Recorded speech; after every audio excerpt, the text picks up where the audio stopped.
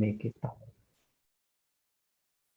එහෙනම් පළවෙනි එක තමයි මේ වොන් නියුමන් නිර්මිතයේ යටතේ අපි කතා කරන ආචිත ක්‍රම ලේඛ සංකල්පය මම කිව්වා ඒකේ අදහස තමයි දත්‍යයන් සහ උපදේශ මේ සියල්ලම මතකයේ තුල තැන්පත් කරනවා කියන අදහස. ඊට පස්සේ අපි කතා කරා මේ නිර්මිතයේ තියෙන සංරචක අපි කතා කරා මේකේ තියෙන කොටස් මොනවද කියන එක. එතකොට මේකේ යටතේ අපි කතා කරා මේ වොන් නියුමන් ආකෘතිය කියන එක. ඒතර මේකේ මේ මාධ්‍යම සැකසුම් ඒකකය තුල අපි කිව්ව පාලනයේ අංක ගණිතමය ඒකකයේ මිට අමතරව මතක රෙජිස්ටර් තියෙනවා කියන එක. ඊට පස්සේ මතකයේ තියෙනවා ආදාන ප්‍රතිදාන තියෙනවා කියලා කිව්වා. පතය ඒ කියන්නේ දත්ත පාලක මෙන්න මේ ඒ අවශ්‍ය කොටස් වලට අපි ගෙනියන කොටස් වලට අපි කියනවා මේ පතය කියලා. ඒතර දත්ත පතය, පාලක පතය ඊට අමතරව ඇඩ්‍රස් ඒ කියන්නේ ලිපින කොහෙද අපි උදාහරණයක් විදිහට ගත්තොත් මතකයේ තුල තැන්පත් කරගන්නේ කියන එක අපි කතා කරා. ඊට පස්සේ අපි කතා කරා සෙව්මිෂ්ඨ චක්‍රය කියලා එකක්. ඒ කියන්නේ අපේ වැඩසටහනක් ක්‍රියාත්මක වෙද්දී කොහොමද මේක ක්‍රියාත්මක වෙන්නේ? මුලින්ම වෙන්නේ ෆෙච්. ඒ කියන්නේ ප්‍රධාන මතකයෙන් උපදෙස් ලබා ගැනීම කියන්නේ. හරි? එතකොට අපි වැඩසටහනක් ඕගොල්ලෝ දන්නවා අපි කතා කරනවා උපදෙස් ගණනාවක් නේද? පිළිවෙලින් ක්‍රියාත්මක වෙනවා. ඒතර ඉස්සෙල්ලම පළවෙනි උපදෙස ගන්න. ඒතර පුතාලට මම කිව්වා මේ උපදෙස තියෙන්නේ දිමේ සංඛ්‍යා. ඒ විදිහට අපි දැන්පත් කරලා තියෙන්නේ.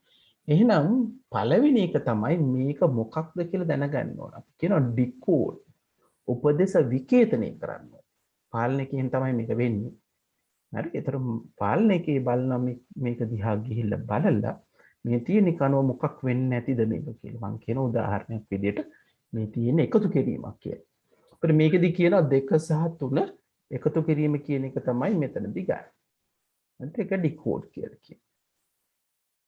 එහෙනම් ඒක දැනගත්තට පස්සේ අපි මේක ක්‍රියාත්මක කරන්න ඕන. අපි කියන එක්සිකියුට්. උපදේශ ක්‍රියාත්මක කරන්න ඕනේ. ඒක සිද්ධ වෙන්නේ පොතේ ගණිතමය සහ තාර්කික එක. දැන් අපි දැනගත්තා මේ උපදේශයෙන් සිද්ධ වෙන්නේ සංඛ්‍යා දෙකක් එකතු කරනවා දෙක එකතු කිරීම තුන. දැන් අපි එකතුව සිද්ධ කරන්න ඕනේ. එහෙනම් උපදේශ ක්‍රියාත්මක කරන්න ඕනේ. ඒක ගණිතමය සහ තාර්කික ඒකකයෙන් තමයි සිද්ධ වෙන්නේ කියන එක කතා කරා. right. ඊළඟ අදහස අපි කතා කරා පුතේ මේක යටතේම අපි පරිගණකයක් තුල දැන් අද වෙද්දි තියෙන්නේ සකසන එකකට වැඩි. අපි කියව බහුහර සකසන කියලා. ඒ කියන්නේ හරියට කිව්වොත් අපි ගණිතමය හා තාර්කික එහෙම නැත්නම් මධ්‍යම සැකසුම් ඒකකයන් එකකට වඩා වැඩි තියෙනවා. එහෙනම් මේ සකසනයක් කියලා ගත්තාම පොතලට මම කිව්වා මේ Pentium 1, Pentium 2, Pentium 3, Pentium 4 කියන පරිගණක ගත්තාම ඒවා සිංගල් කෝ එක සකසනයයි තියෙන්නේ. ඒ කියන්නේ එක සැරයකට කරන්න පුළුවන් එක වැඩක් පමණමයි. ඊට පස්සේ ආව පොතේ ඩුවල් කෝ සහ කෝ ටු ඩු කියලා සකසන ඒවල තිබුණා පොතේ කෝස් දෙක ගන්න. හරි. ඒ කියන්නේ එකවර අපිට අවශ්‍ය නම් කාර්යයන් දෙකක් කිරීමේ හැකියාව තිබ්බා. හරි. ඊට පස්සේ කොඩ් කෝ OI3 OI5 OI9 මෙන්න මේ වගේ අලුතෙන්ම අපේ තියෙන Pentium පරිගණක ගත්තාම කොඩ් කෝ තියෙන එක හතරක් තියෙනවා. අපි hex කෝ තියෙනවා කියලා කතා කරා. අලුත් මේවල 6කොත් තියෙනවා. ඊට වඩා වැඩි ඒවත් තියෙනවා. එහෙනම් මෙන්න මේක ගැන තමයි අපි ඊළඟ කතා කරේ. ඒකේ අවශ්‍යතාවය කියලා කිව්වා එක සැරයක කොටස් එකම වැඩසටහනකත් අපිට කොටස් එකවර ක්‍රියාත්මක කරන්න පුළුවන් මේකද. කලින් වගේ නෙමෙයි. එකම වැඩසටහන දැන් අපි හිතමු අපි පරිගණක අපි කම්පියුටර් ගේම් එකක් ගත්තොත් ගේම් එකේ බෑග්ග්‍රවුන්ඩ් එක එකකින් සකසන අතර ඒ ගේම් එකේ ඉන්න කැරක්ටර්ස් තව සකසෙන්නේ සකස් කරන්න පුළුවන්. ඇත්තටම ඔය 3D රෙන්ඩරින් කියන එකේදී මේක ගොඩක් වැදගත් වෙනවා. අපි ඔය මේ පරිගණක ග්‍රැෆික් ස්පෙෂලි ඔය ගේම් ඩෙවලොප්මන්ට් වලදී හැම මේ සකසන කීපයක් තියදී සකසන කීපයම ප්‍රයෝජනයට ගන්න. සාමාන්‍ය වර්ඩ් වගේ එකකදී මේක සිද්ධ වෙන්නේ නැහැ. නමුත් හයිල් වීඩියෝ එඩිටින් වගේ වලදී මේක අවශ්‍ය වෙනවා. හරි. ඊට පස්සේ අපි කතා කරා ඒකේ අවශ්‍යතාවය ඇයි මේක අපිට ඕන වෙන්නේ කියලා. right. අපි දැන් ඉන්නේ 2-4 ඒ කියන්නේ විවිධ මතකයන් සහ ඒවල ගති ලක්ෂණ. දැන් අපි දැනටමත් දන්නවා මතකයන් ගණනාවක් තියෙනවා. හරි. අපි මේකට කියනවා මතක දූරාවලිය කියලා. එතකොට දැන් කුඩාම මතකයෙන් පටන් ගත්තොත් අපි දන්නවා මධ්‍යම සැකසුම ඒකකයේ තුල තියෙන කුඩා මතකය තමයි රෙජිස්ටර්. ඊට පස්සේ වාරක මතකය, ඊට පස්සේ ප්‍රධාන මතකය. අපි දැනටමත් කතා කරලා තියෙනවා ප්‍රධාන මතකය සහ රෙජිස්ටර් අතර තමයි වාරක මතකය තියෙන්නේ. ඇයි වාරක මතකයක් තියෙන්නේ? අපිට සැකසුම් මේකනේ අවශ්‍ය දත්ත මුලින්ම බලන්නේ රෙජිස්ටරේ තියෙනවද කියලා. රෙජිස්ටරේට ගන්න ඕනේ වැඩි සිද්ධ වෙන්නේ. එහෙම නැත්නම් බලන වාරක මතකය. එහෙම නැත්නම් තමයි අපේ ප්‍රධාන මතකයට යන්නේ. මේක තවදුරටත් ගියොත් පුතර්ට මම කියලා තියෙනවා මේ මතකයන් කියන එක අපේ ද්විතීක උපාංග වලටත් එනවා. පුතේ අපි කියන ද්විතීක මතකයන් කියලා. උදාහරණයක් දෘඩ තැටිය ගත්තාම ඒකේ මුලින්ම එනවා ඝන තත්වයේ තැටි. කියන්නේ අපි සාමාන්‍යයෙන් ගත්තොත් පෙන් ඩ්‍රයිව් එකක් නේ. ඒ වගේ මට්ටම ගත්තොත් මේ වේගයත් එක්ක තියෙන්නේ ඒ ඝන තත්ත්ව තැටි. එහෙම නැත්නම් SSD hard disk කියලා අපි කියනවා දැන්. ඒ වගේ වෙනවා. ඒක සාමාන්‍ය hard disk එකක් එන්නේ චුම්බක තැටි විදිහට. CD තැටි වුණාම ප්‍රකාශ තැටිය. ඉතින් එහාට ධාරිතාවයේ වැඩිම එක ගත්තොත් චුම්බක පටිය කියන්නේ ටේප් එක කියන එක. හරි. එහෙනම් මේකේ පුතාලට පේනවා උඩට යන්න වේගය සහ ඒ යන පිරිවැය කියන්නේ මුදල වැඩි, වියදම වැඩි, ඒව ගණන් වැඩි. මෙමරි එකක් ඇඩ් කරනවා කියන්නේ පරිගණකයේ සැලකිය යුතු මුදල් ප්‍රමාණයක් වැඩි වෙනවා. හරි. ඒ වගේම තමයි පල්ලෙහාට ගත්තොත් මේකේ ප්‍රමාණය සහ ධාරිතාවය වැඩි. උදාහරණයක් විදිහට රෙජිස්ටර් ගත්තොත් කිලෝබයිට් කිහිපයක් තමයි තියෙන්නේ. වාරක මතකයේ ගත්තොත් මෙගාබයිට් කිහිපයක්. ප්‍රධාන මතකය අපි අපිට කතා කරන්න පුළුවන් 8GB ගිගාබයිට් වලින් තමයි තියෙන්නේ. අපේ SSD එකක් ගත්තොත් 512GB එහෙම නැත්නම් 500GB වගේ. ඒතර hard disk එක චුම්බක තැටියක් ගත්තාම දැන් වෙනකොට 2TB 1TB වගේ. ඒතර optical disk කියලා තියෙනවා. ඒ කියන්නේ අපි CD තැටිම නෙවෙයි. එතනින් එහාට ගිහලා ඒ වල ධාරිතාවය වැඩි ඒවා තියෙනවා අපේ සාමාන්‍ය වට වඩා. චුම්බක පටිය නම් ගොඩක් තියෙනවා. සාමාන්‍ය ටෙරාබයිට් 128ක් විතර වගේ වෙන්නේ. මෙන්න මේ වගේ මතකයන් ගණනාවක් එන විදිහට මෙන්න මේක අපිට සටහන් කරන්න පුළුවන්. right. එහෙනම් අපි ගණනාවක් තියෙනවා කියන එක කතා කරා. අපි දැන් මේ පිළිබඳව කතා බහ කරන්න යන්නේ. අපි මුලින්ම කතා කරා මොකද්ද මේ නශ්‍ය මතකයක් කියලා කියන්නේ. හරි. ඒතකොට මේ මතක ගත්තාම මේවල සමහර ඒවා නශ්‍ය මතක තියෙනවා. නශ්‍ය මතකයක් තියෙන්නේ ටෙම්පරරි මෙමරි. එහෙම නැත්නම් වොලටයිල් මෙමරි කියලා කියන తాවකාලිකයි. ඒ කියන්නේ විදුලිය තියෙනකම් විතරයි දත තැම්පත් වෙන්නේ. එතකොට අපි දැනටම කතා කරා මතක රෙජිස්ටර් වාරක මතකයේ සහ ප්‍රධාන මතකයේ කියනවා. මෙන්න මේවා යටෙන්නේ නශ්‍ය මතක යටතට. එතකොට මෙන්න මේ ගැන අපි කතා කරන්නයි යන්නේ. එතකොට මුලින්ම අපි කතා කරන පොතේ නශ්‍ය මතකයන් ගැන. නශ්‍ය මතකයන් ගැන ඉවර කරාට පස්සේ අපි නශ්‍ය නොවන මතකයන් ගැන කතා කරන්න යනවා. right. හොඳයි. අපි එහෙනම් පුතේ එතන තමයි අපි අන්තිමටම නතර කරේ.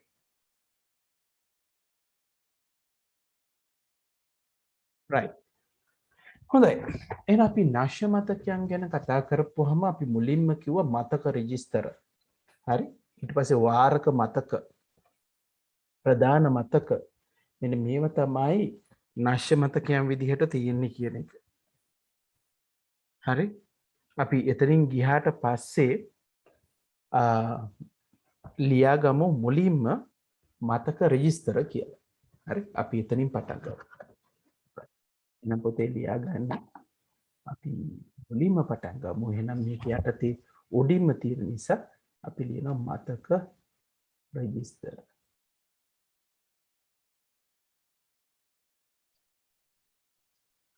කරන මතක රෙජිස්ටර් මතක රෙජිස්ටර් අපි කියන රෙජිස්ටර්ස් ඉංග්‍රීසි වචනයක් පොතේ ලියා ගමු.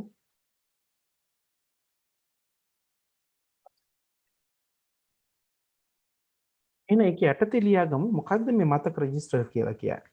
අපි කියනවා මාධ්‍යම සේක අපි දැන්ටම කතා කරා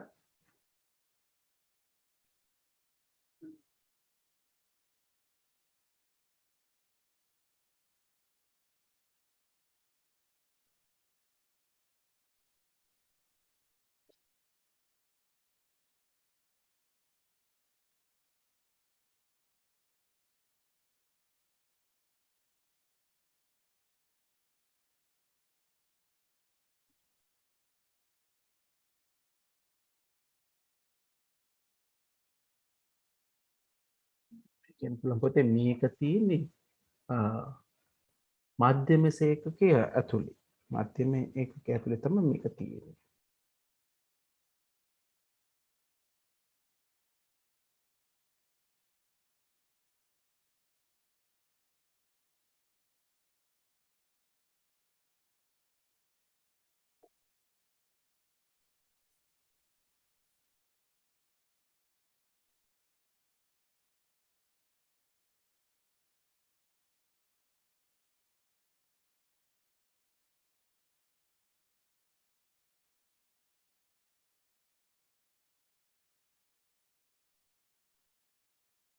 ඉතා කුඩා ධාරිතාවකින් සමන්විත වෙනවා කියන එක අපි කතා කරා.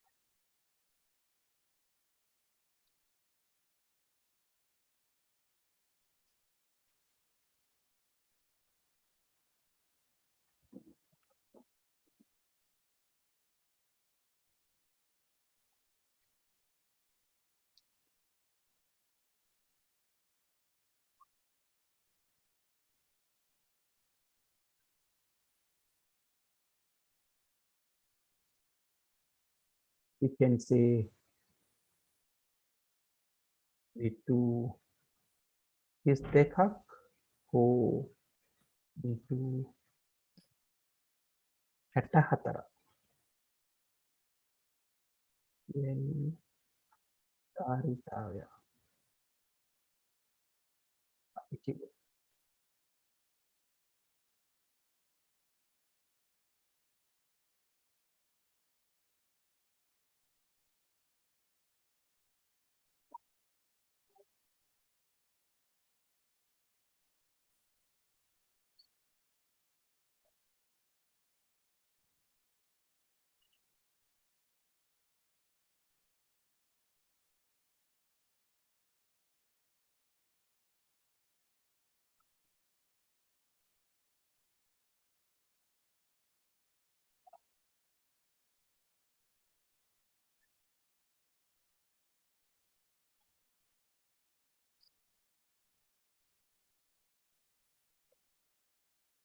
එහෙනම් මතක රෙජිස්ටර් ගැන ඔය ටික තිබ්බහම ඇති පුතේ. මේකේ තව ඉස්සරහට තියෙනවා මේ රෙජිස්ටර් වර්ග එහෙම.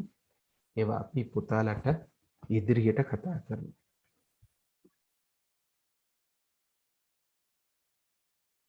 එන ඊළඟ එක ලියා ගමු. වාරික මතකය.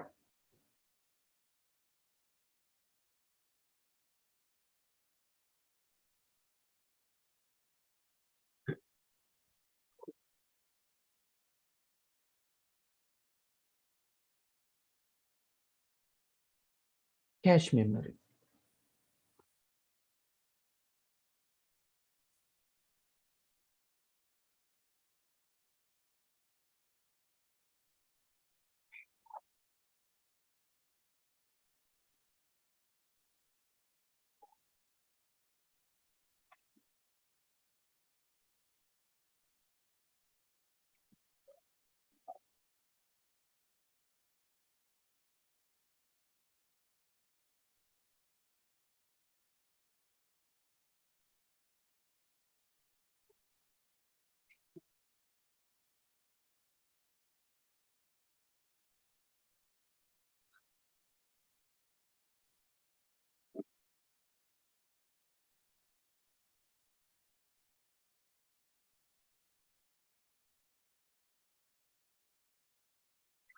මධ්‍යම සේකය අවශ්‍ය ඇත්තේ නම් ලබා දෙමින්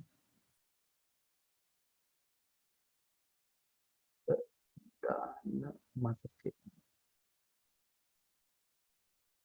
එහෙත්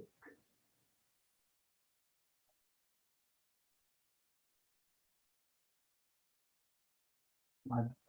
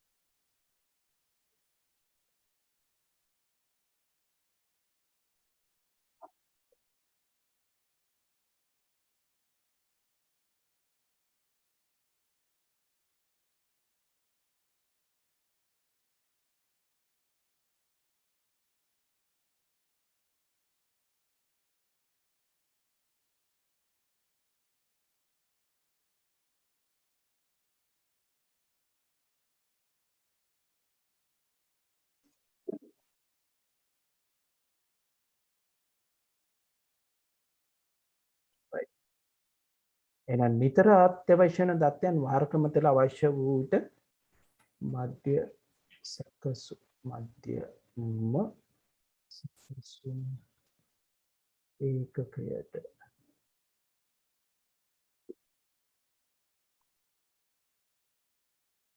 එන අපි කතා කරා ඒ අවශ්‍ය වේගවත් බව නැහැ. හරි.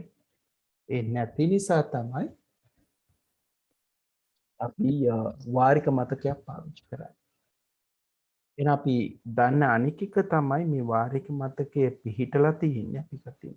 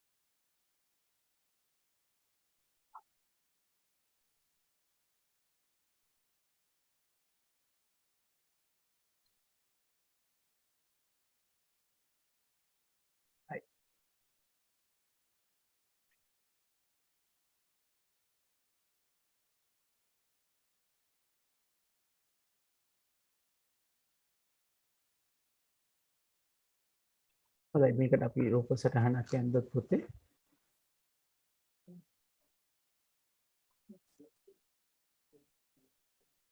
එන්න මේක අපි ඇඳගමු.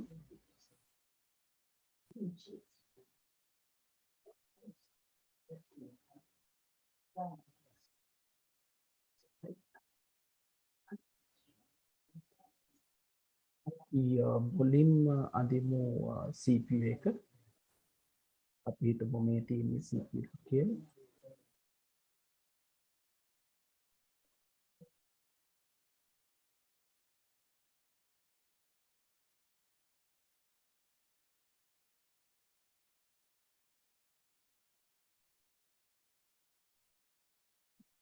CPU එක ඇඳ.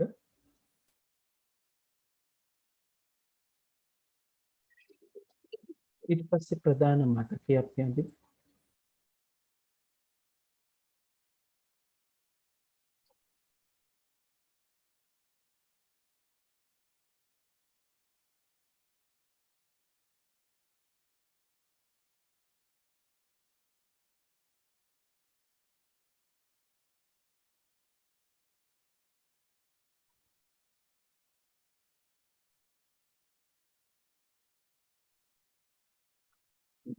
ප්‍රධාන මතකය.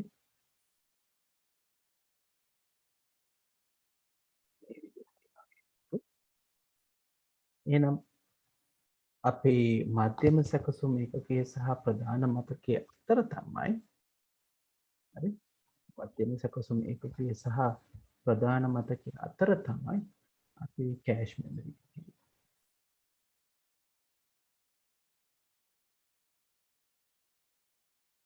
දල වශයෙන් මේ මතින්න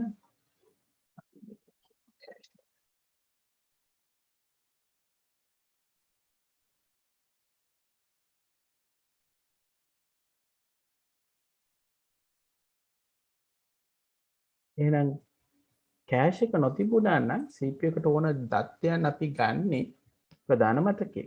හැබැයි අපි කතා කරන්නේ ප්‍රධාන මතකයේ ස්ලෝ ක්‍රියාත්මක වීම.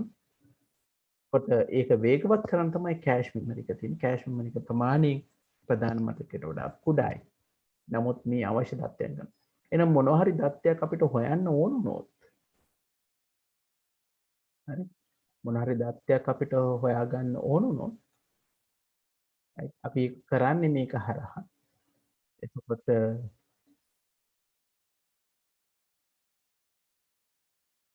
මුලින්ම වෙන්නේ අපිට CPU එකට දත්තයක් ඕන වුණොත් ඒක ඉස්සෙල්ලා බලනවා මේ කෑෂ් එකේ තියනවාද කියලා. කෑෂ් එකේ තිබුණොත් ඒකෙන් ගන්නවා.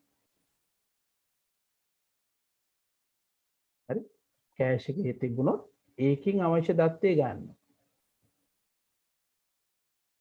අපි හිතමු මෙහෙම ගත්තා. බලන්න අපි හිතමු මේ කෑෂ් එකේ වාරික මතකයේ නැත්තම් ඒ කියන්නේ නිතර අවශ්‍ය වෙන ඒවා නෙමේ මේකේ තියෙන්නේ. එහෙම නැත්තම් අපි අය පාරක් එහෙනම් කෑෂ් එකේ යනවා ප්‍රධාන මතකයට.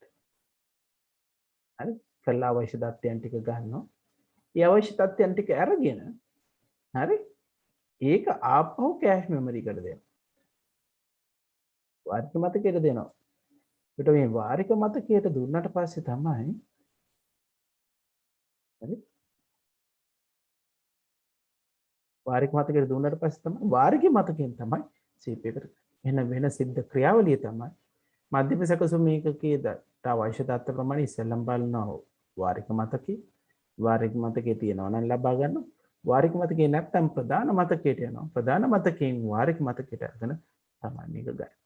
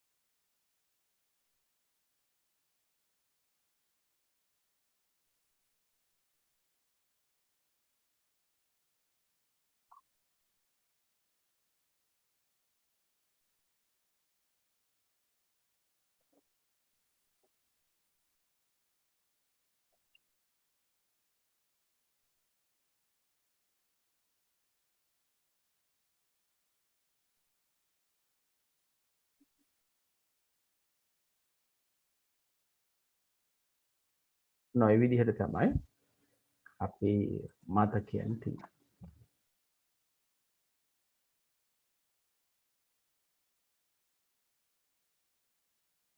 right. අපි ඊළඟට කතා කරනවා පොතේ මේක යටතේ වාරික මතක ගණනාවක් තියෙනවා. අපි මේවා කලින් කතා කරපේවා නෙමෙයි. වාරක මතක වර්ග තියෙනවා. හරි. වාරික මතක වර්ග ගැන අපි කතා කරොත් මේ වර්ග කීපයක් තියෙනවා. ඒ කියන්නේ කෑෂ් මෙමරි එකක් නෙමෙයි ගොඩක් තියෙන. ඒ කියන්නේ අපිට මේ ධාරිතාවය වැඩි කරගන්න. ඒ කියන්නේ දැන් අද වෙනකොට පුතේ මේ වාරික මතකයේ මුල් කාලේ තිබුණ එක වාරික මතකයක් විතරයි දැන් වාරික මතකයේ එක් මට්ටමේ තියෙනවා. හරි? එතකොට අපි මුලින් ඉඳන් පටන් ගත්තොත් පළවෙනි එකට අපිට කියන්න පුළුවන් පළමු මට්ටමේ. හරි? අපි කියනවා මුලින්ම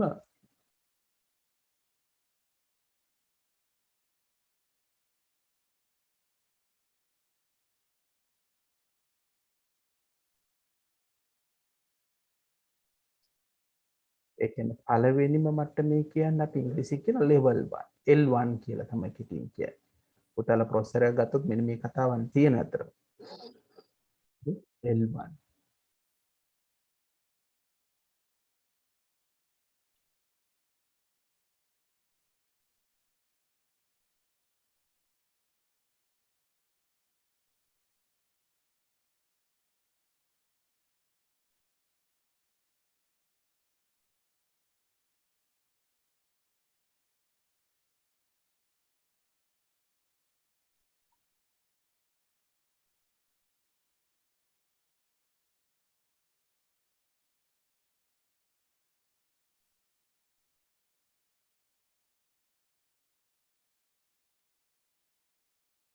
තියන්න පොතේ මේ වාරික මතකය තියෙන්නේ මධ්‍යම සැකසුම් එකකය ඇතුළේ. මේ පළවෙනි මට්ටමේ.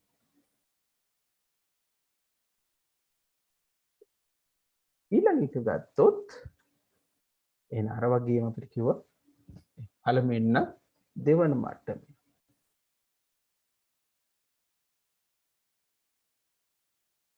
ඉංග්‍රීසියෙන් කියන level 2 L2 කියලා.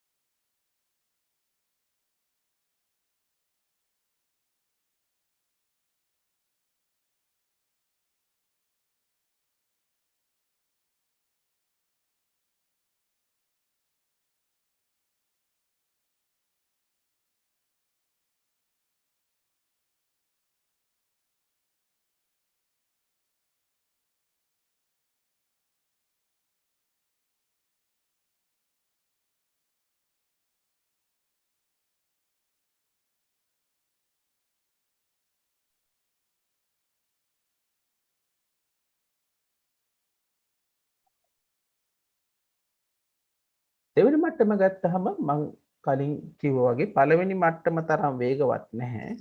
හැබැයි ධාරිතාවය වැඩි. අපි අර කලින් කතා කරපු මතක මට්ටම.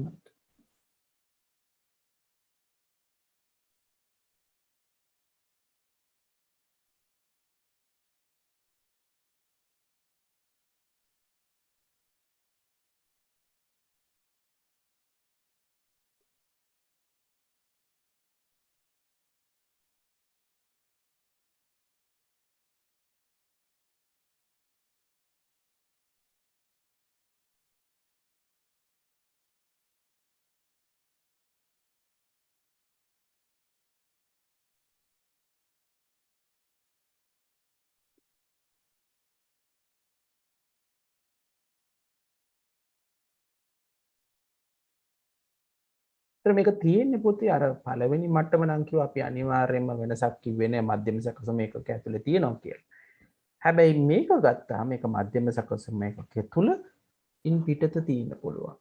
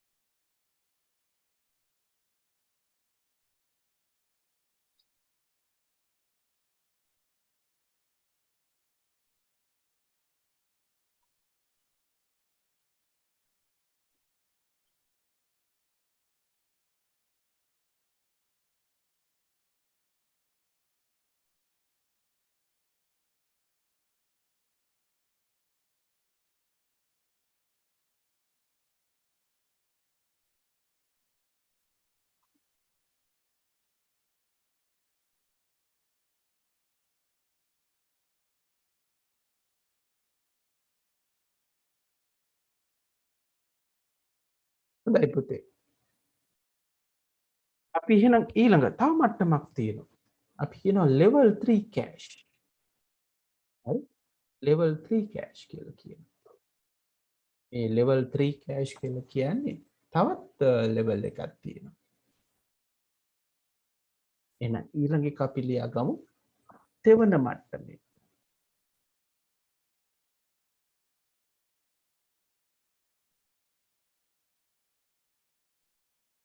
එහෙනම් පුතාලා දැන් දන්නවා මොකද වෙන්න ඕනේ කියලා. මොකද වෙන්න ඕනේ?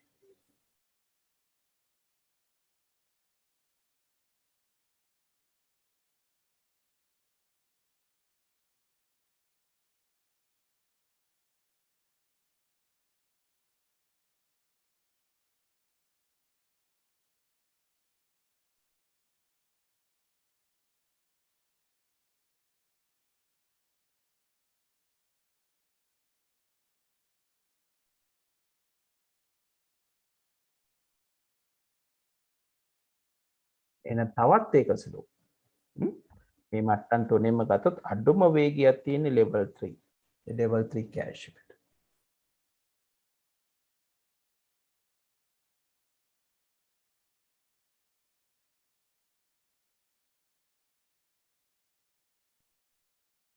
right. එහෙනම් අපි මේ තුන ගැන අපි කතා කරා මට්ටම් තුනක්. ගැන අපිට කතා කරන්න පුළුවන් පළවෙනි මට්ටම, දෙවෙනි මට්ටම සහ තෙවෙනි මට්ටම කියලා. මට්ටම් තුනක් අපිට මේකෙදී කතා බහ කරන්න පුළුවන්.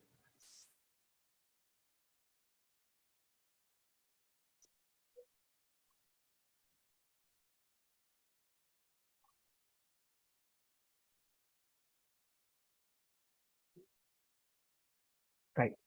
අපි මේකට අදාළ රූප සටහනක් ඇඳගමුද? පුතාලා ඔය ටික ලියලා ඉවරලා මට කියන්න.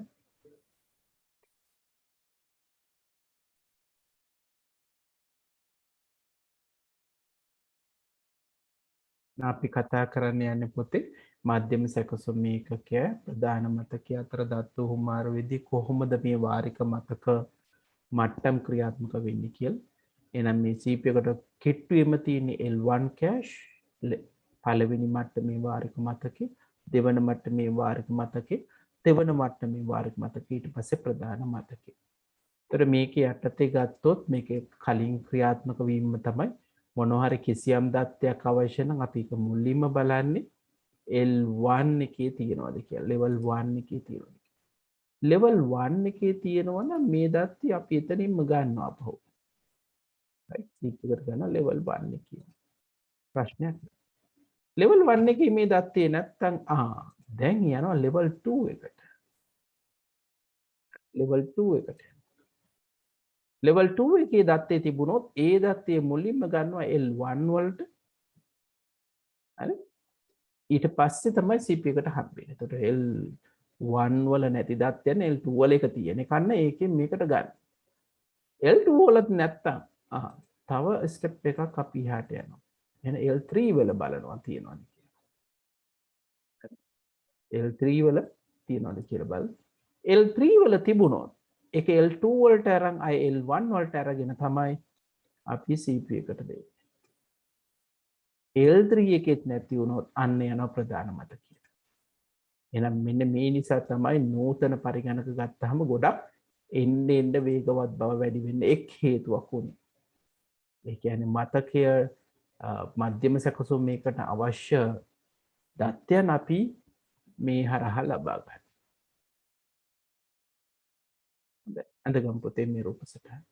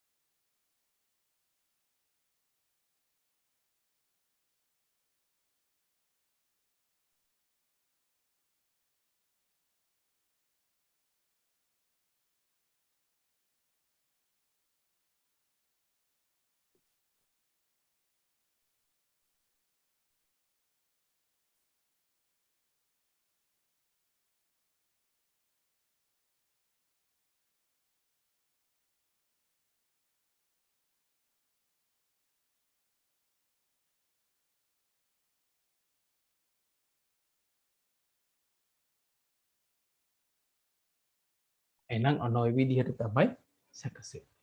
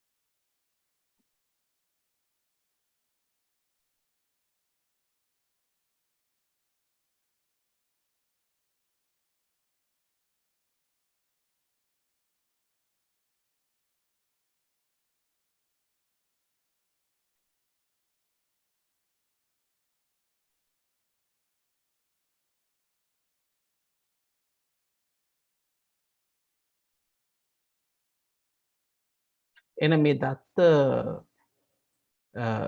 මේ හැසිරවීම ගැනත් අපිට ඕන ලියා ගන්න පුළුවන් මේ අතරදී පුතේ ලියා ගන්න ඕනේ. මේ අතරේ ගත්තාම වේගවත්. ඉතා වේගවත්.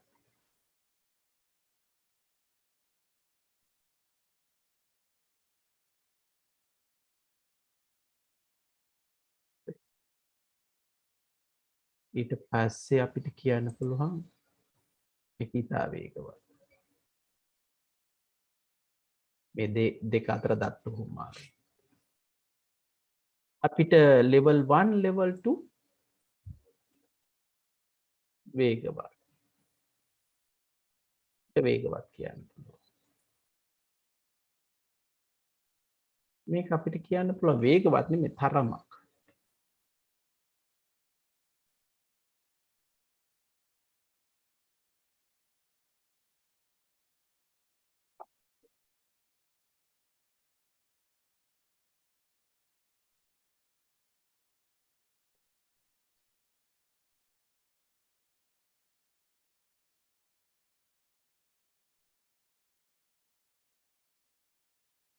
අපිට අවසාන එක කියන්න පුළුවන් මන්දගාමී එහෙම නැත්නම් සෙවීන් කියලා.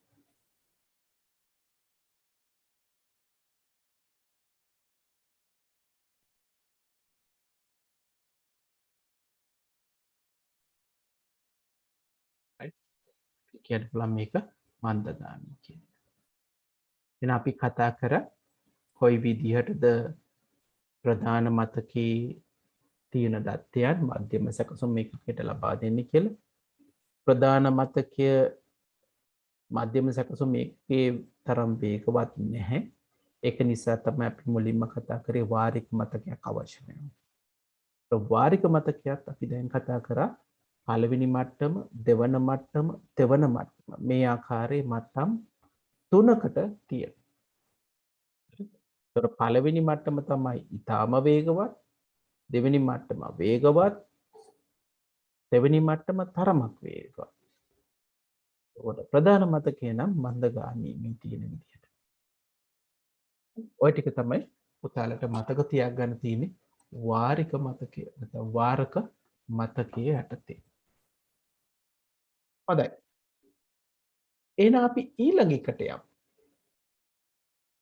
right? ඊළඟ එක තමයි සසම්භාවී ප්‍රවේශ මතකය එහෙම නැත්නම් random access memory එහෙම නැත්නම් අපි සරලව කිව්වොත් ප්‍රධාන මතකය කියලා කියනවා. එහෙනම් ලියගමු. ඊළඟ මතකය තමයි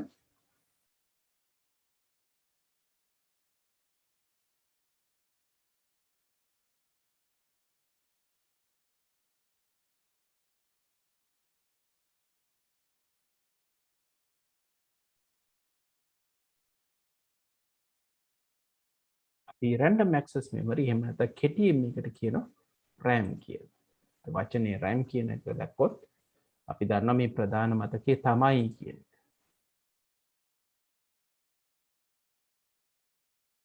right. එහෙනම් පුතාලා මගෙන් ඇහුවොත් අපේ පරිගණකයේ ප්‍රධාන මතකය තමයි සසම්භාවී ප්‍රවේශ මතකය කියන්නේ. එහෙනම් ක්‍රියාත්මක වෙන වැඩසටහන් වලට අවශ්‍ය වෙන දත්ත සහ උපදෙස් මේ random access memory කියන නැත්නම් ප්‍රධාන මතකයේ.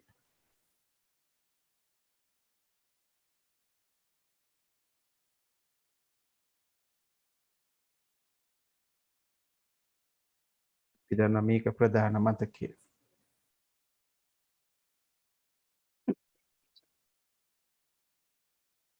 එහෙනම් අපිට කියන්න පුළුවන්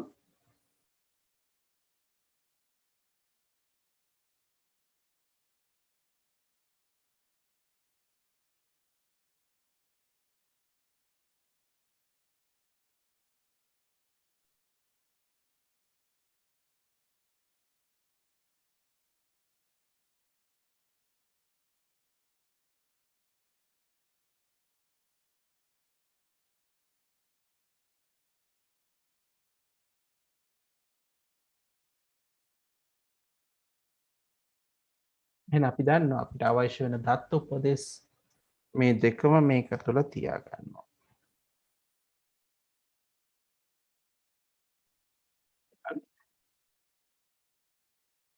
එහෙනම් මේකත් తాවකාලිකයි.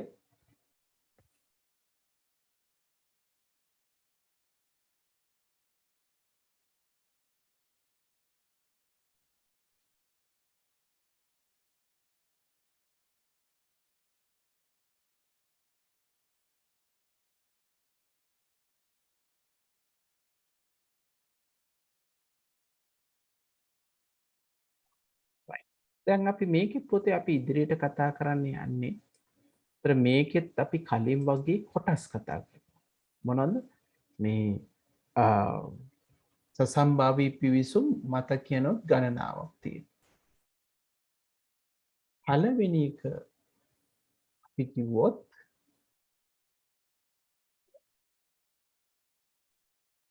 right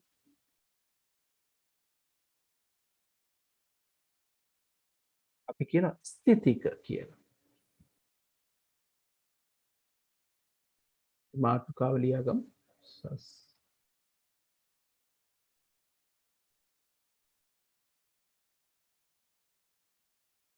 ප්‍රවේශ වර්ග. ඒකේ යටතේ පළවෙනි එක අපි ලියාගමු.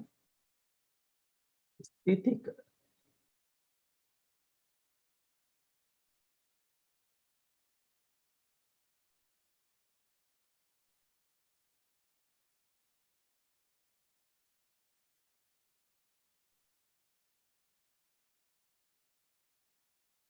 ඒ කියනවා ස්ටැටික් රෑම් කියලා. එහෙම නැත්නම් අපි කියන S රෑම් කියලා කෙටියෙන්. S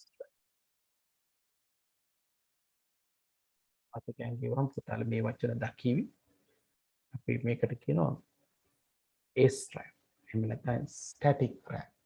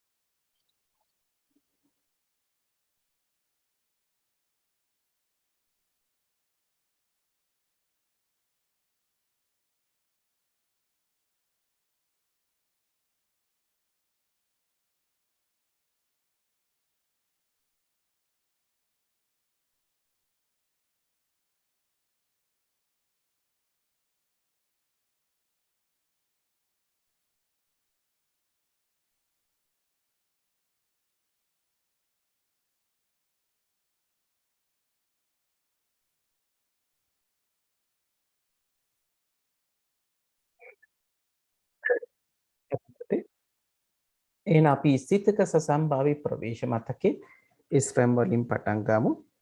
එතකොට මේකේ තියෙන මතකයන් තුනක් පුතේ ස්ථිතික සසම්භාව්‍ය ප්‍රවේශ මතකයේ SRAM, ගතික සසම්භාව්‍ය ප්‍රවේශ මතකයේ DRAM සහ සම මුහූර්ත ගතික සම්භාව්‍ය පිවිසුම් මතකය අපි කියන synchronous DRAM කියලා.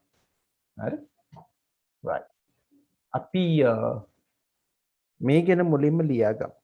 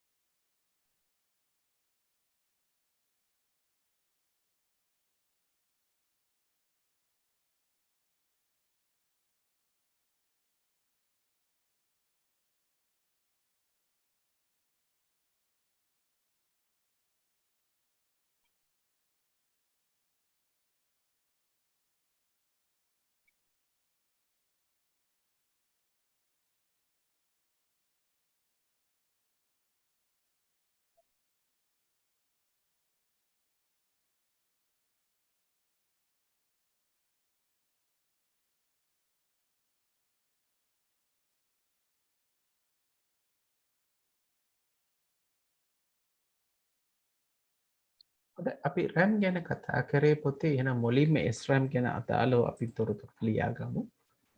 මොකද්ද මේ SRAM කියලා කියන්නේ? මේක නිර්මාණය වෙලා තියෙන්නේ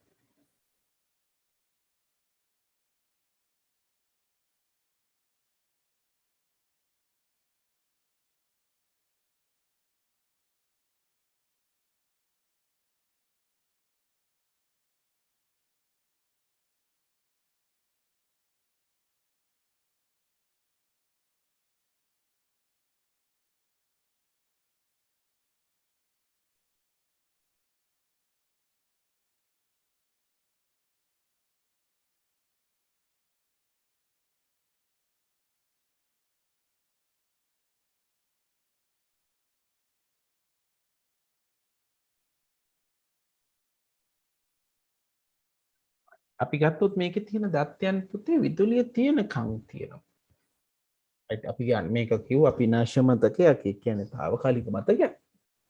හැබැයි දත්තයන් තියෙන තාක්කල් මේක තියෙනවා.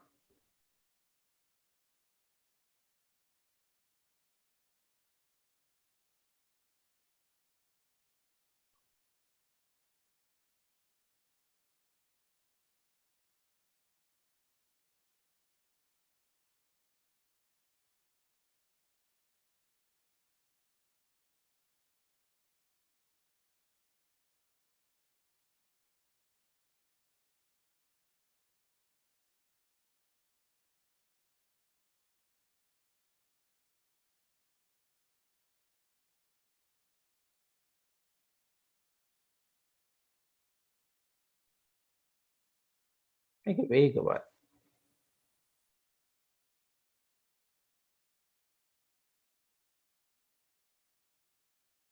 right? මිලියන අධිකයි.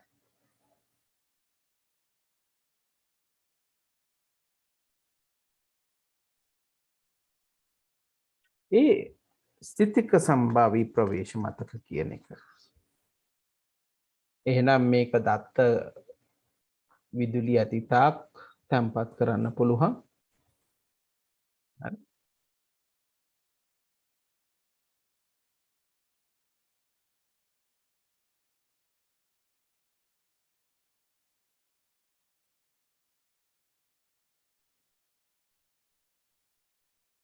right. අපි දෙවෙනි එකට යමු.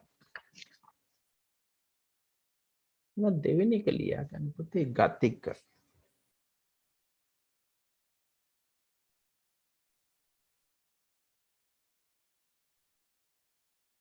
දෙවෙනි එක වෙන්නේ ගතික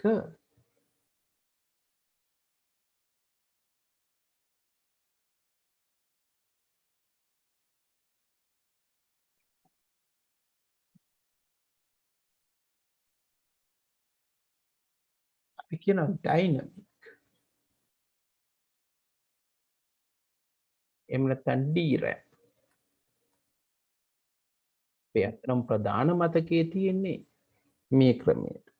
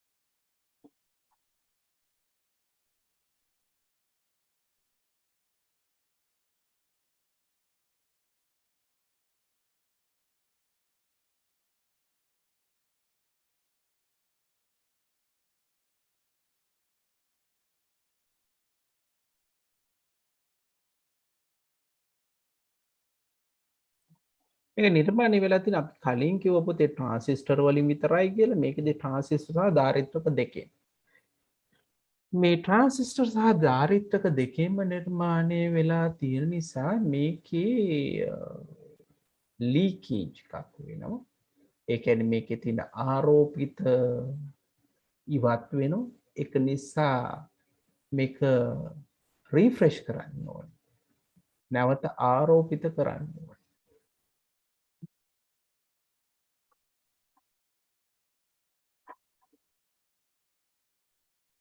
එබැවින්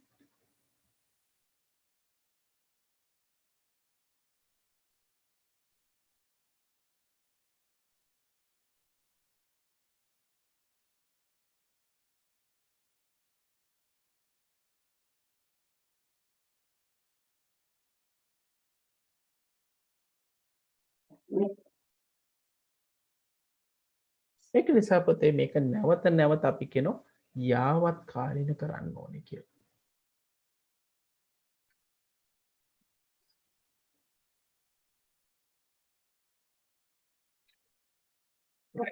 තව එකක්. ඇත්තට මේක එන්නේ තුන්වෙනි එක. මේක DRAM එකකම කොටසක් තමයි අපි වෙනම වගේ ලිව්වට.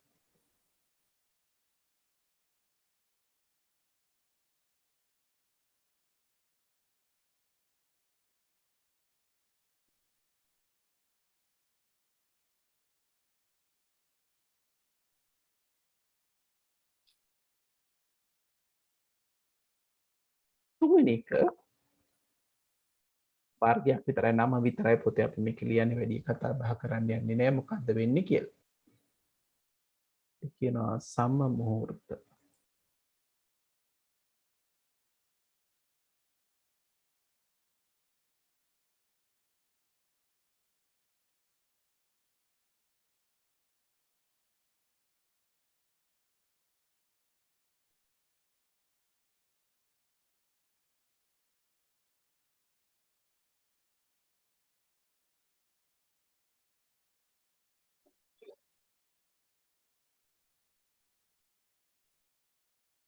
මේකට කියන පොතේ සින්ක්‍රොනස් DRAM කියලා. සින්ක්‍රොනස් DRAM.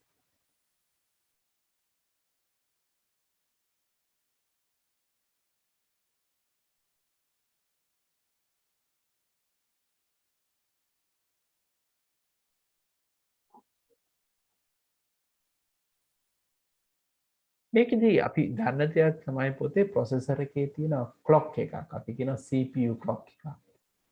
මේ CPU ක්ලොක් එකත් එක්ක සම්බන්ධ වෙලා තමයි මේ ඩේටා තැන්පත් කරලා තියෙන්නේ. එහෙනම් අපි ඒක ලියාගමු අපි. ඉච්චර තමයි මේ පිළිබඳව කතා බහ කරන්න යන්නේ.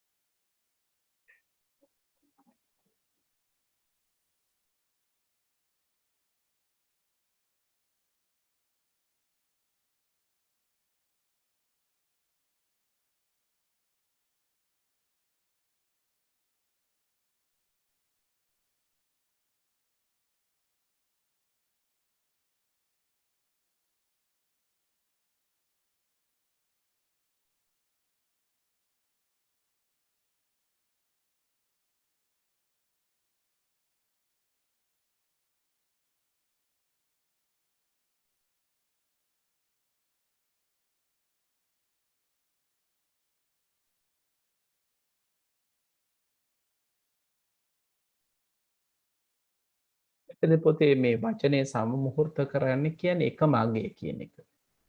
දැන් උදාහරණයක් විදිහට ඕගොල්ලන්ගේ කම්පියුටර් එකේ තියෙන ඔර්ලෝසුවේ වේලාවයි අපි ගත්තොත් අපේ බිත්ති ඔර්ලෝසුවේ වේලාවයි එක සමාන කරනවා කියන එකට තමයි අපි සම මුහුර්ත සින්ක්‍රොනස් කරනවා කියලා කියන්නේ.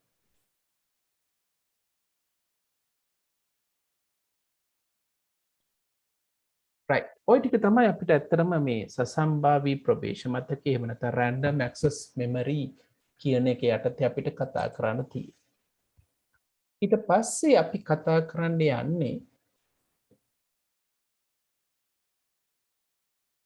නශ්‍ය නොවන මතකද මේ සියල්ල අපි කතා කරපේවා තාවකාලික මතකයක්. මේකේ මුල කතා කරා අපි ප්‍රධාන වශයෙන් නේ මතක ගණනාවක් තියෙනවා කියලා.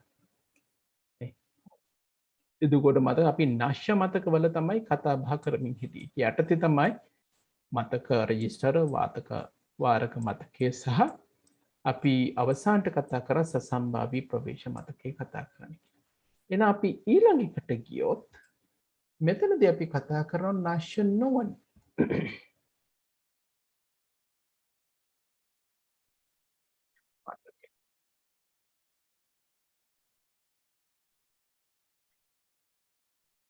අපි ඉංග්‍රීසියෙන් කියනවා මේකට non volatile.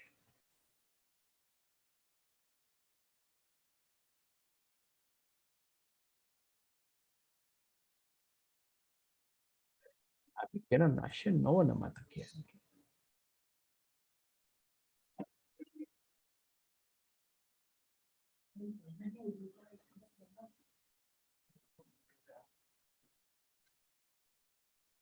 උදාහරණ මේ කියනවා කියවීමට පමණක් ඇති මතකය.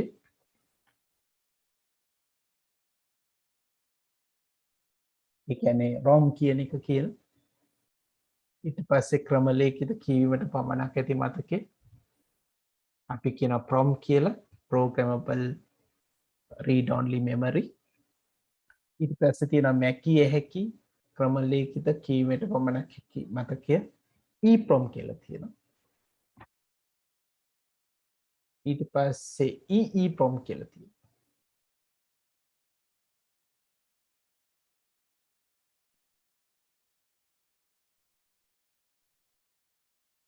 right.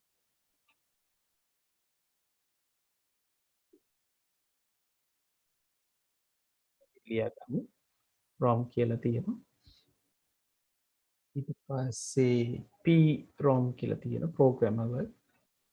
ඊට පස්සේ EPROM අපි මේ ගැන කතා කරන ඉස්සරහට. ඊට පස්සේ EEPROM මේ එක එක නශ්‍ය නොවන මතක වර්ගය. මේක යටතට හાર્ඩ් ඩිස්ක් කියන එකත් එනවා. ඒ කියන්නේ ද්විතීයික මතකයන් අපි ඒක වෙනම කතා කරමු. එහෙනම් නශ්‍ය නොවන මතකයන් යටතේ අපි කතා කරන පොතේ non volatile memory ROM එක පුතාලා දැනටමත් දන්නවා ROM කියන්නේ මොකක්ද කියන එක. නේද?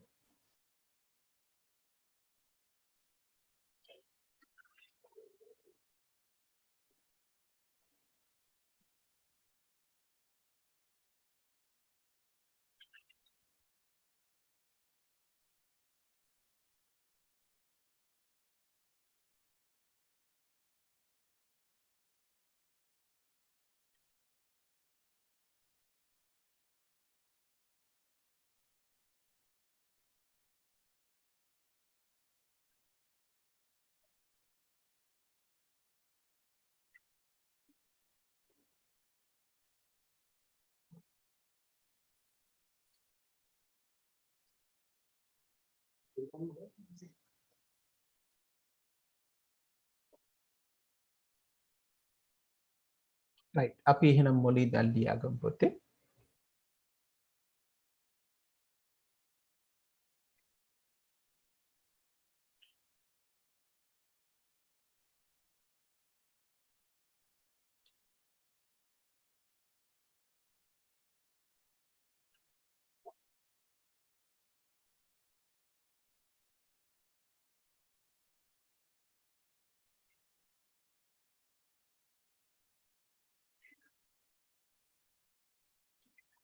අපි ROM වලට මොකක් කියලාද කිව්වේ පොතේ අපි කතා කරා මේක කලින්. සසම්භාවී පිවිසුම් මතකය කියලා කිව්වා කලින්. නේද? read only memory එක මතකද වචනේ? ඔව් ක්‍රිෂා.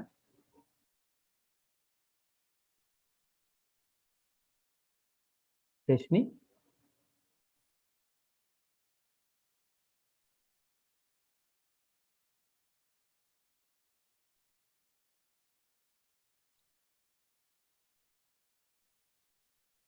මොකද්ද කිව්වේ ROM වලට?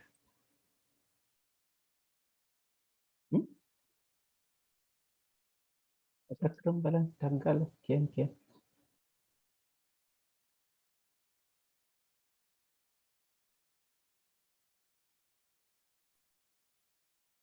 මුලින්ම අපි කතා කරේ පොතේ ක්‍රමලේඛිත කියවීමට පමණක් ඇති මතකයන් කියන එක, PROM කියන එක.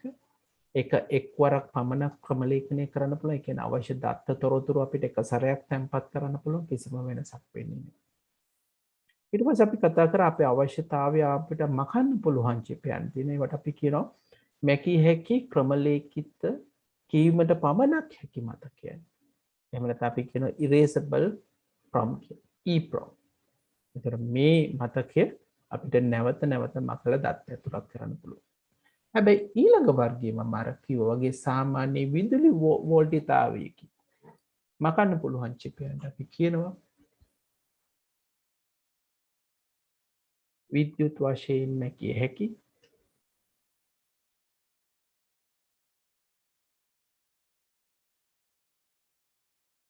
විද්‍යුත් වශයෙන් මැකිය හැකි ක්‍රමලේඛිත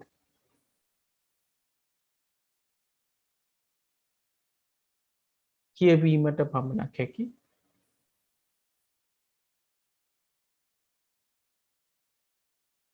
මතකය. අපි ඉංග්‍රීසියෙන් කියන පොතේ electrically erasable prompt. එහෙම නැත්නම් අපි කෙටියෙන් කියනවා EEPROM EEPROM කියලා කියනවා.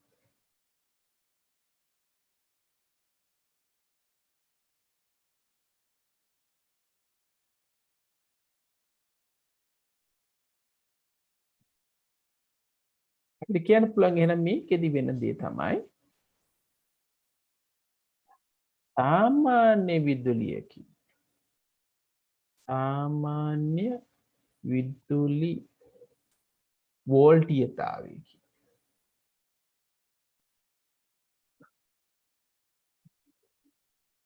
නැවත නැවත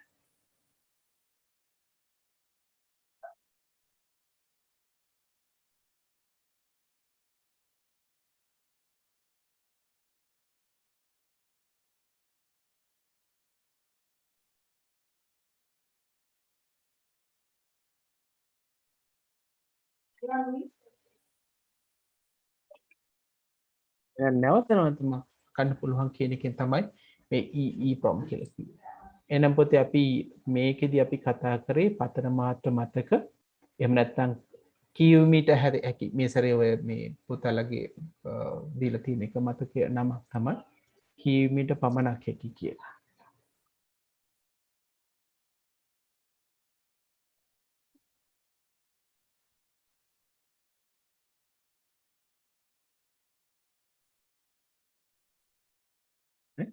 කියවීමට පමණක්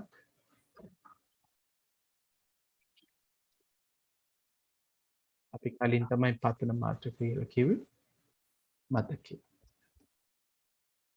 right.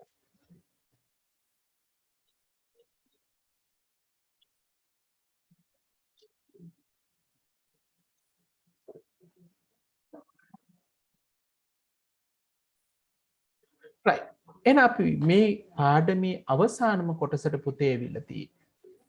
right. අපේ මේ දෙවන පාඩමේ අවසානම කොටස අපි ඊළඟට කතා කරන්න යන්නේ ද්විතීක මතකයන් ගැන. මේවා ගැන අපි නිතර නිතර කතා බහ කරලා තියෙන නිසා අපි දල වශයෙන් මේ ගැන කතා කරමු.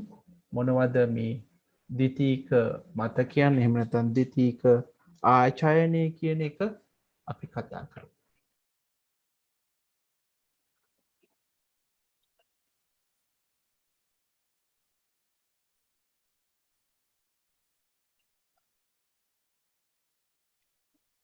එහෙනම් අපි අවසන් කොටසට යන්නයි යන්නේ පාඩමේ. එහෙනම් මෙතනදී මම කතා කරන්න යන්නේ පුතේ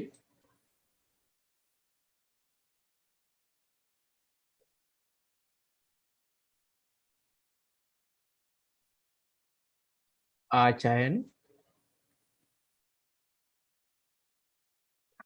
එහෙම නැත්නම් අපි කියනවා secondary storage.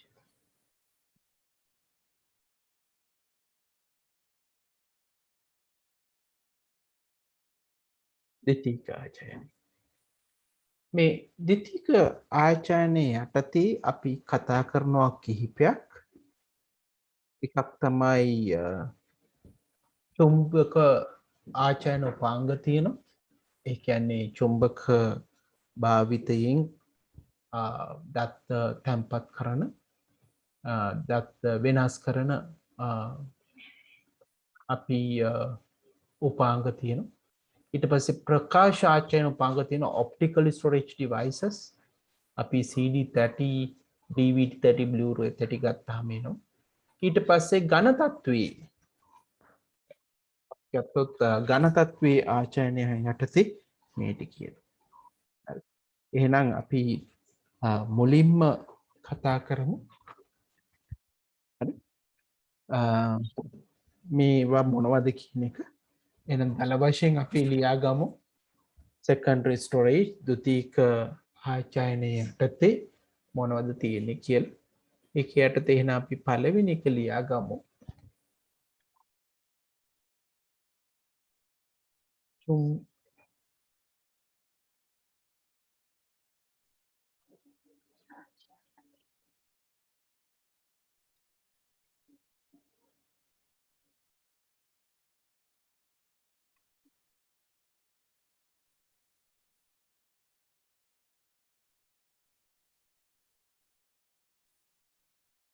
මේකට අපි එන්න පොතේ වචනය හරියටම දෙන්න ඕනේ. මේකේ තියෙන චුම්බකිත කියලා.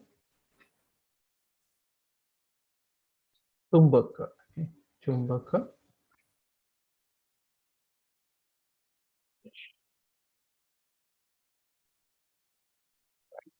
අපි චුම්බක ගබඩා කිරීමේ උපකරණ. එහෙනම් චුම්බකිත කියලා මේකේ තියෙනවා.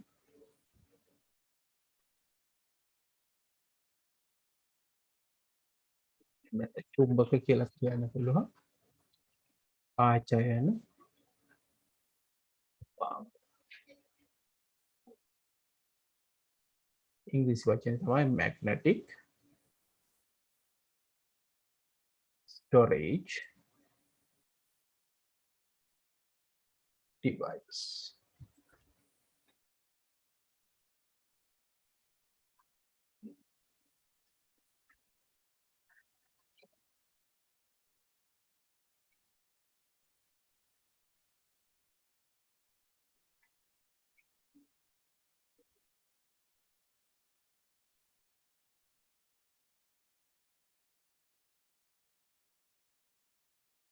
එහෙනම් මුලින්ම අපි කතා කරන කොහොමද මේ magnetic storage device කියලා කියන්නේ.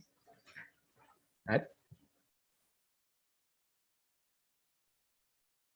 අපි ඇහුවොත් මොකද්ද මේ magnetic storage devices එහෙම චුම්බකිත කියලා තියෙන්නේ. ඒක ලියාගෙන අපි උදාහරණ ලියනවා.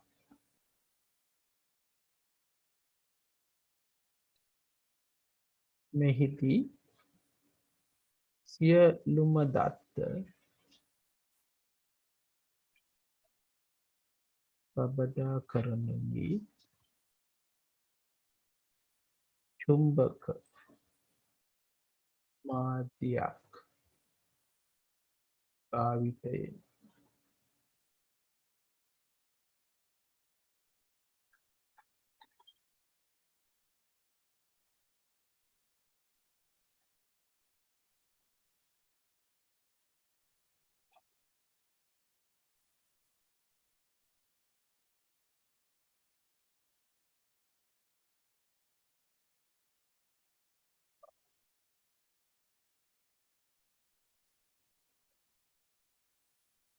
මිල අධික නොවේ.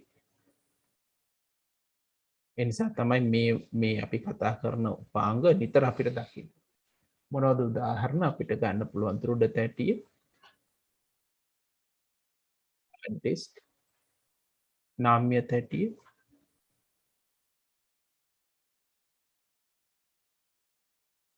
කියන ෆ්ලොපි ඩිස්ක්,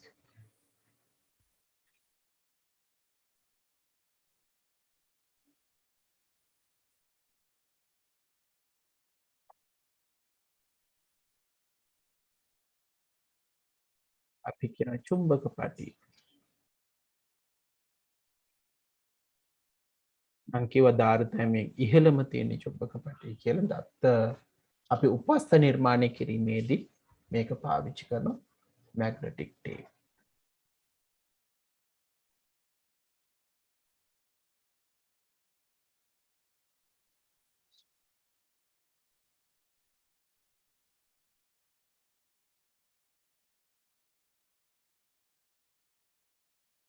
හાર્ඩ් ඩිස්ක් එක පුතාලා දන්නවා. උපකරණය ඔයගොල්ලෝ දන්නවා මේක හાર્ඩ් ඩිස්ක් එක කියන එක. උපසටහන් ටිකම පුතාලට දුන්නා. ඊට පස්සේ ෆ්ලොපි ඩිස්ක් කියන එකත් මම හිතනවා පුතාලට මම පෙන්නලා ඇති කියලා විවිධ වර්ග වලින් අතීතයේදී පාවිච්චි වුණා කියන එක.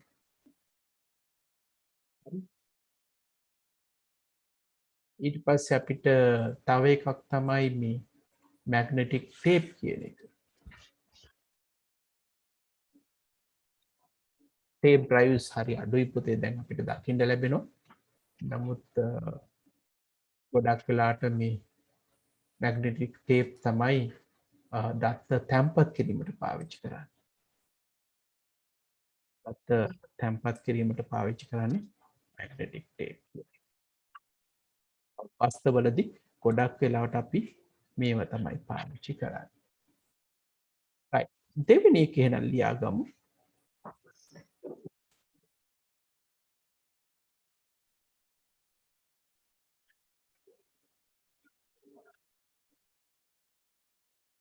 ප්‍රකාශාචය.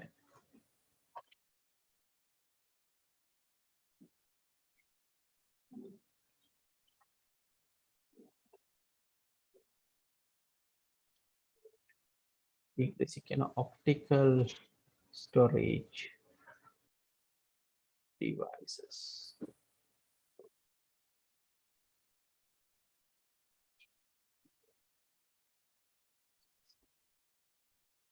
optical storage devices කියලා.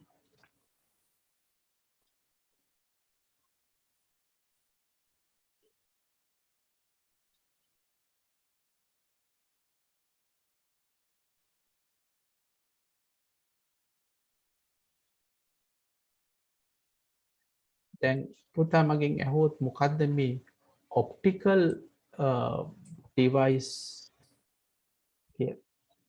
එහෙම නැත්නම් optical device storage devices කියන එක. අපි මේකෙදී සිද්ධ කරන්නේ ආලෝකයෙන්. අර මං කලින් කතා කරා චුම්බක. හරි. එතකොට මේ තැටියක තමයි තැම්පත් කරන්නේ.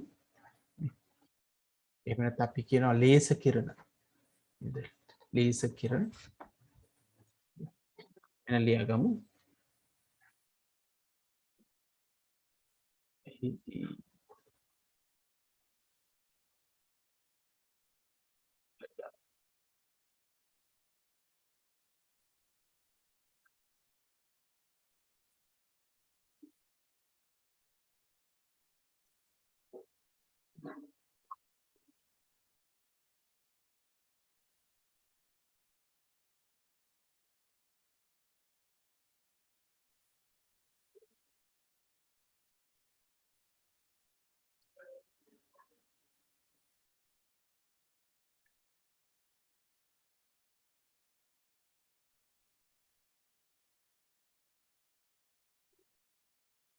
අපි උදාහරණ ලියාගමු. උදාහරණ තමයි සංයුක්ත තැටිය. එහෙම නැත්නම් කියනවා CD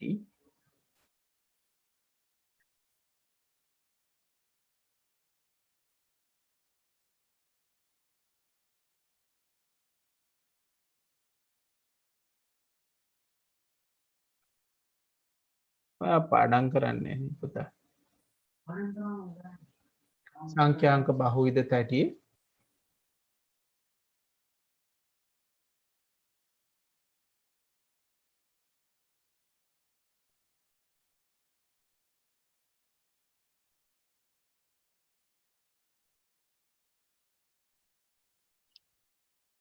right. තුන්වෙනි කොටස තමයි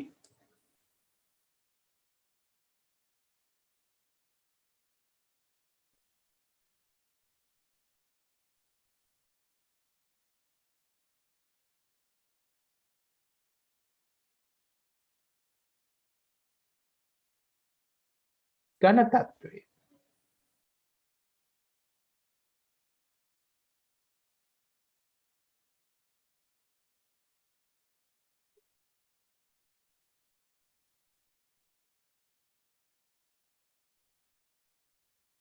අපි කියනවා solid state storage devices.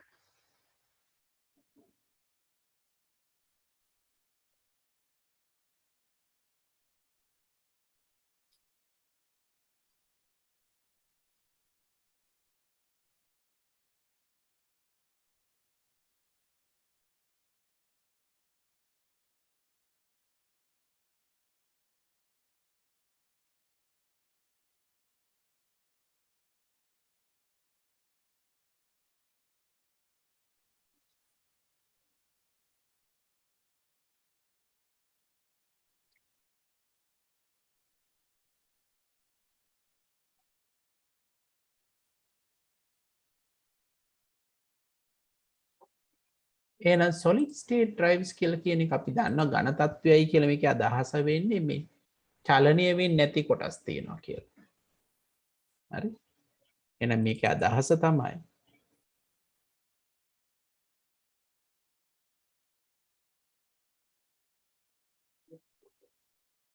මේ ඝන තත්ත්වය කියලා කියන්නේ චලනය නොවන කියන අදහසින්.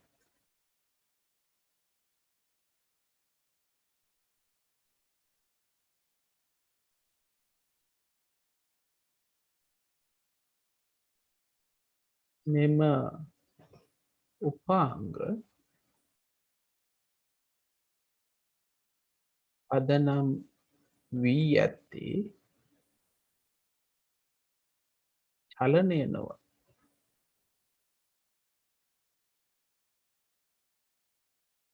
කොටස් නොමැති ඉලෙක්ට්‍රොනික පරිපථ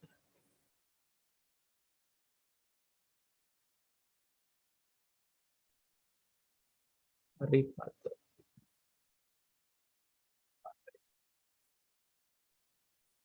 හරි ඉලෙක්ට්‍රොනික පරිපථ තමයි තියෙන්නේ. අපිට උදාහරණ ලියන්න පුළුවන්.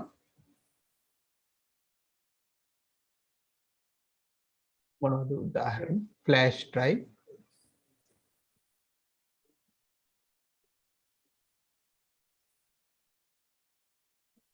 අපි කියනවා ෆ්ලෑෂ් ඩ්‍රයිව්,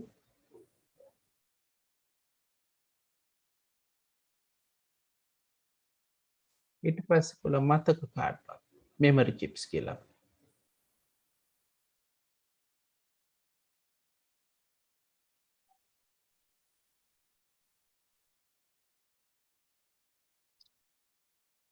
හොඳයි. තව චූටි දෙකක් තියෙන පුතේ ඒකත් ඉවර කරමු 8:05යි මම හිතන්නේ විනාඩි 5කින් අපිට ඉවර කරන්න පුළුවන්. ඒතර 5ට ඉවරයි අපිට ගැටලු වලට යන්න පුළුවන්. මේක ඉවර කරගත්තට පස්සේ ලබන සතියේ මොන ක්ලාස් වෙලෙන මම මේ සතිය ඉවර කරනවා කියලා හිතුවට අපිට කාලය මදි. නමුත් දල වශයෙන් ලියාගමු. හරි? එහෙනම් පළවෙනි එක තමයි මතක ප්‍රවේශ කරන. එහෙනම් මේ සියලුම මතකයන් වලදී මතකයට ප්‍රවේශ වන ක්‍රම තමයි මෙතනදී කතා කරන්න යන්නේ.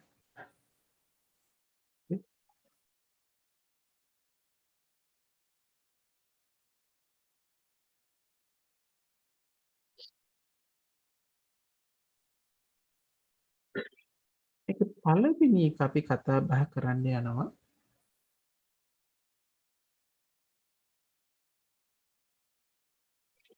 අනුක්‍රමික ප්‍රවේශය. ඒ කියන්නේ පිළිවෙලින් කියන එක. අනුක්‍රමික කියන්නේ පිළිවෙලින්. අපි කියනවා sequential.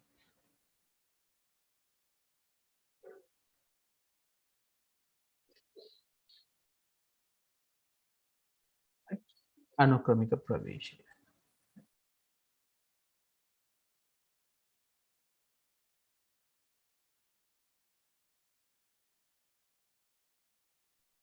serial access.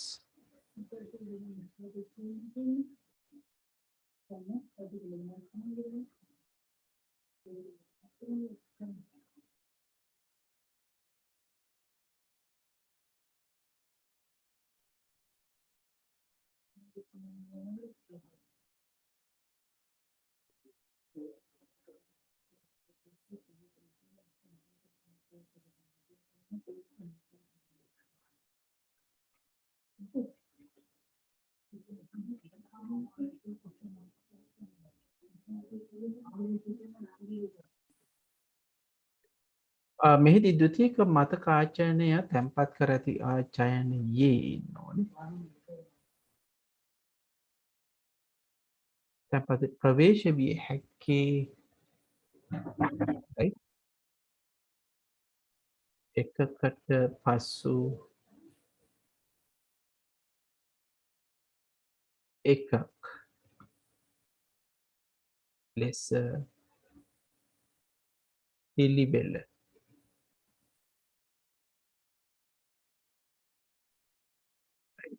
උදාහරණ කියමු මැග්නටික් චුම්බක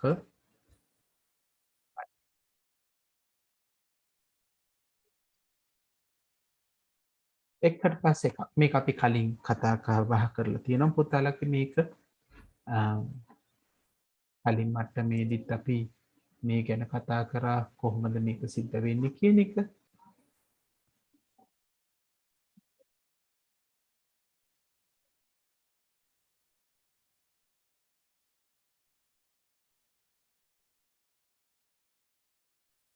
දෙකටම අදාළ මම රූප සටහන ගන්නම් පුතේ මේ ඊළඟ එකටත් අදාළ එක අපි ඊළඟට මම දෙකම දාන්නම් අපි ලියලා ඉවරලා ඒක ඇඳගමු.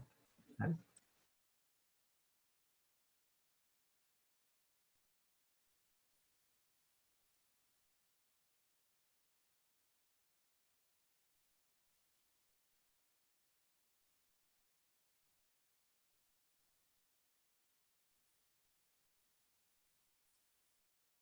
මේ රූප සටහන අපි ඇඳගන්න ඕනේ. එහෙනම් මේ සීක්වෙන්ෂල් කියලා කියන්නේ එකකට පස්සේ එකක් අනිත් එකත් ලියලා අපි ඇඳගමු. දෙවෙනි එක අවසාන මේක අපි එකත් ලියාගමු.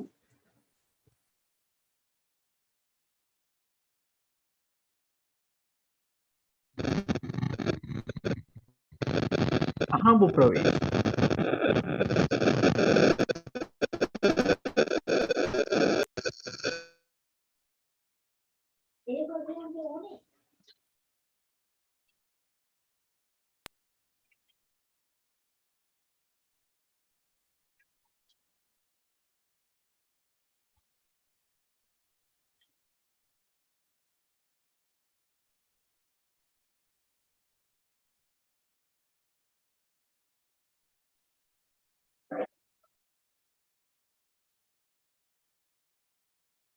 අපි කියනවා රැන්ඩම් ඇක්සස්.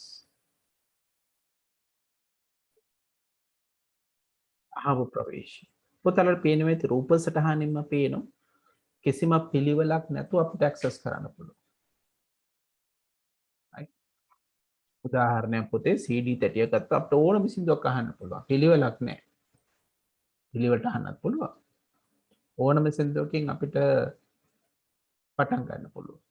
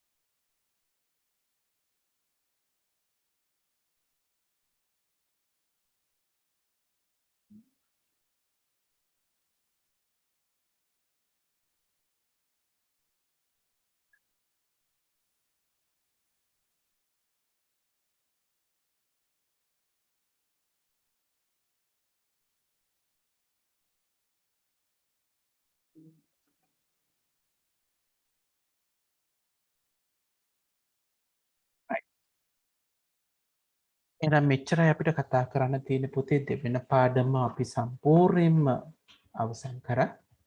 ඒතර මේ දක්වා අපි ප්‍රධාන වශයෙන් මේ දෙවෙනි පාඩමේදී කතා බහ කරේ පරිගණකය තුල තියෙන විවිධ කොටස් ඒවල ක්‍රියාත්මක වීම කියන එක තමයි ප්‍රධාන වශයෙන් පොතේ අපි කතා කරේ. ඒතර ඉතිහාසයත් එක්ක අපි මෙන්න මේ ටික කතා කරා. එතකොට මේ පරිගණකය තුල තියෙන උපාංග පරිණාමණය මේ සියලු කටයුතු අපි කතා බහ කරා. රයිට්. එහෙනම් මේකෙන් පොතේ අපි දෙවෙනි පාඩම අවසන් කරනවා.